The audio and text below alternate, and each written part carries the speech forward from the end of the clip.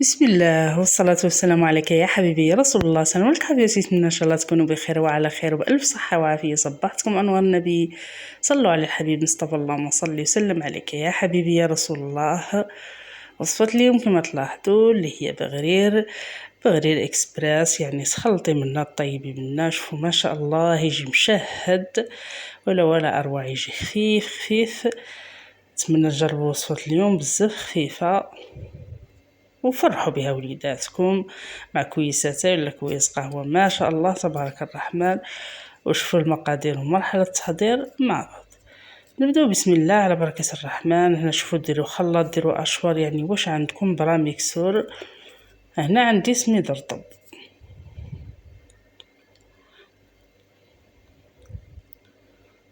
صلوا على الحبيب مصطفى، اللهم صل وسلم عليك يا حبيبي يا رسول الله.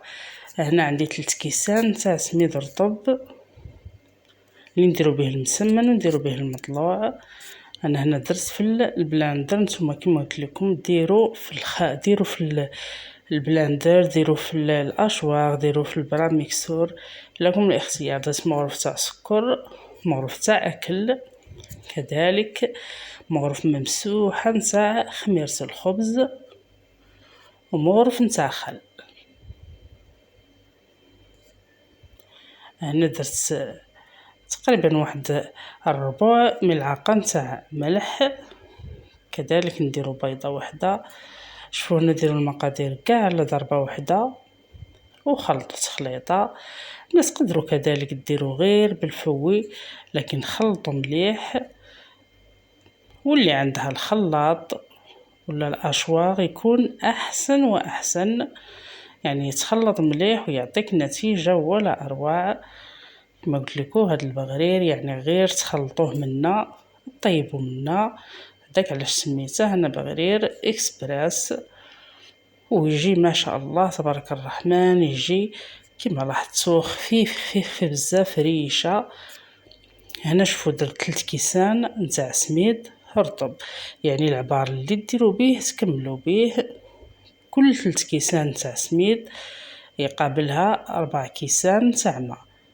هنا راه الحمان، ديروا الماء يعني غير من السبالة عادي، لكن في الشتاء يعني دفوه شوية. كل 3 كيسان سميد يقابلها 4 كيسان ماء، كل 5 كيسان 4 كيسان سميد يقابلها 5 ماء، وهكا يعني تزيدوا دائما الماء، تزيدوا عبار. خلطنا كما لاحظتوا مليح مليح في البلاندر.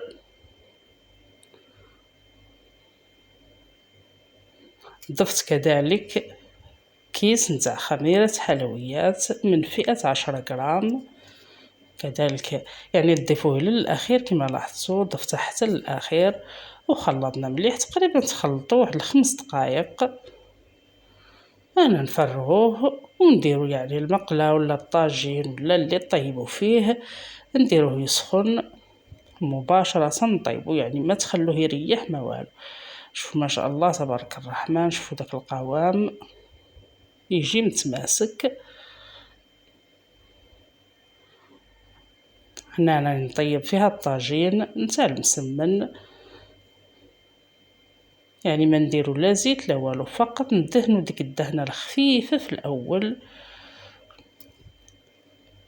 شوف ما شاء الله، يعني ديروه كبير ديروه صغير ديروه متوسط، انا شويه نبغيه صغير، لكم الاختيار. شوفوا يعني غير تحطوها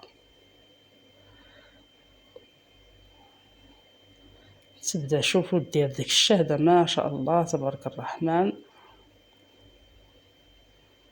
يعني غير جربوا لي هاد الوصفه نتاع البغرير، تجي خفيفه خفيفه ريشه. فرحوا بها وليداتكم وعلاش لا.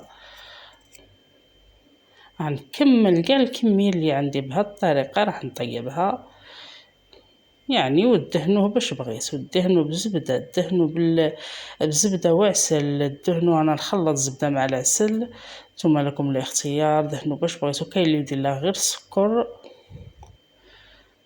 وياكله ما شاء الله. شوفوا داك التقعار، شوفوا ما شاء الله جا مثل الشهده.